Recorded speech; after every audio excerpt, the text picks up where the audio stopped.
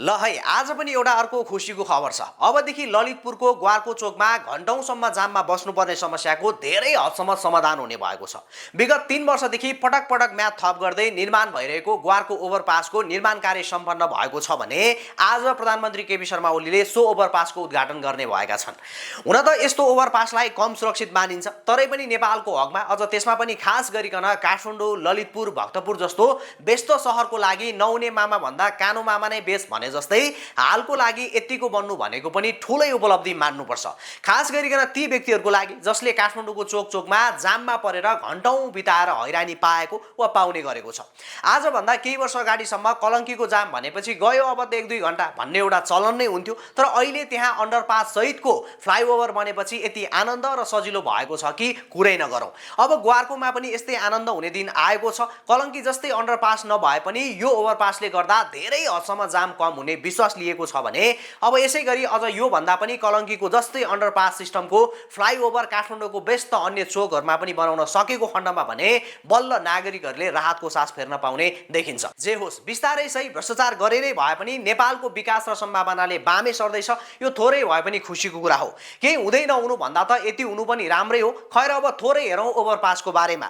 भौतिक पूर्वाधार तथा यातायात मन्त्रालय, सडक विभाग अन्तर्गत गुणस्तर अनुसन्धान तथा विकास केन्द्रले काठमाडौँ उपत्यका निर्माण सम्पन्न ग्वारको ओभरपास परियोजना निर्माणको प्रक्रिया अगाडि बढाएको थियो। केन्द्रले 2 वर्षभित्र काम सम्पन्न हुने गरिकन 2078 साल फागुन 12 गते आशिष समानान्तर रेलीगर जेबी निर्माण व्यवसायी कम्पनीसँग ठेक्का सम्झौता गरेको थियो। 2080 साल फागुन 11 गते ठेक्का सम्पन्न गर्ने मिति तोकिए पनि समयमा निर्माण सम्पन्न नभएपछि 2081 असारमा निर्माण सम्पन्न हुने गरी फेरि दोस्रो पटक म्याद थप भएको थियो। तर पनि फेरि तोकिएको समयमा पनि निर्माण सम्पन्न हुन नसकेपछि 2021 साल पुस 8 गतेसम्म सम्पन्न गर्ने गरी म्याद थप गरिएको थियो।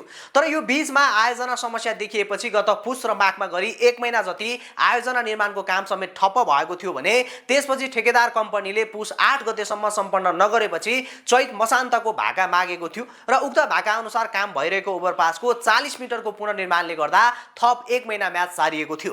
2082 को वैशाखभित्रै ग्वारको ओभरपास निर्माण सम्पन्न हुने लक्ष्य लिएकोमा वर्षाको कारणले गर्दाखेरि थप 1 महिना निर्माण पर सरेको थियो भने अहिले फाइनली काम सम्पन्न भएर आज दिउँसो अबको केही समयपछि प्रधानमन्त्री केपी शर्मा ओलीले उद्घाटन गरेपछि अब विधिगत रूपमा यो सञ्चालनमा आउने भएको छ।